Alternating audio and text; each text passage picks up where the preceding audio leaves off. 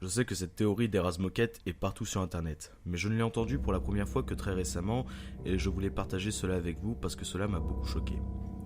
Cette théorie affirme que les Razmoket ne sont pas qu'un innocent dessin animé pour enfants. En fait, certaines personnes disent que ce dessin animé a toute une signification psychologique derrière elle, centrée sur Angelica ayant eu un épisode psychotique à l'âge de 3 ans. C'est de loin l'hypothèse la plus déprimante derrière les personnages d'une émission pour enfants. Voici ce que dit cette théorie. Tous les Razmoket sont le fruit de l'imagination fertile d'Angelica, ce qui n'est pas si horrible en soi, mais ensuite nous apprenons ce pourquoi Angelica les a imaginés. Charles-Édouard, la binocle, est mort en couche, entraînant sa mère avec lui. C'est pourquoi son père est toujours aussi inquiet pour lui dans le dessin animé. Tommy, alias Casse-Bonbon, est mort-né lui aussi, ce qui fait que son père fait une sorte de pause et s'assoit dans le sous-sol pour fabriquer des jouets pour le fils qu'il était censé avoir. L'île de Ville, la mère des grumeaux, avorta et Angelica ne sut jamais si le bébé devait être un garçon ou une fille, alors elle décida de créer des jumeaux. Puis elle a donné des noms concordants aux personnages parce qu'il y aurait probablement eu un seul enfant s'il n'y avait pas eu d'avortement. La raison derrière ces illusions est la relation inexistante d'Angelica avec sa mère et son père qui la manipulent. Ainsi, Angelica, qui n'avait personne vers qui se tourner quand elle avait besoin d'aide, fit revivre les bébés pour leur faire vivre leur vie manquée.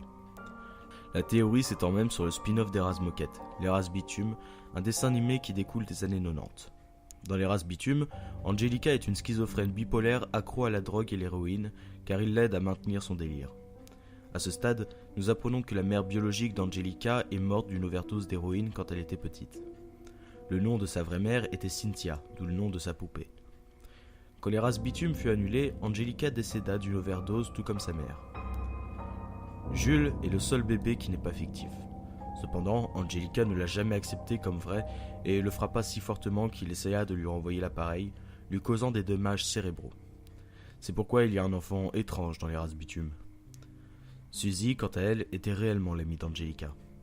La théorie dit qu'elle grandit pour devenir psychologue et rejoindre l'équipe de Nickelodeon pour inventer les Razmoket à la télévision et finalement expliquer les origines de la théorie. Perturbant, n'est-ce pas ? Maintenant, je vous laisse avec une musique qui est tirée de cette théorie, avec les traductions en français.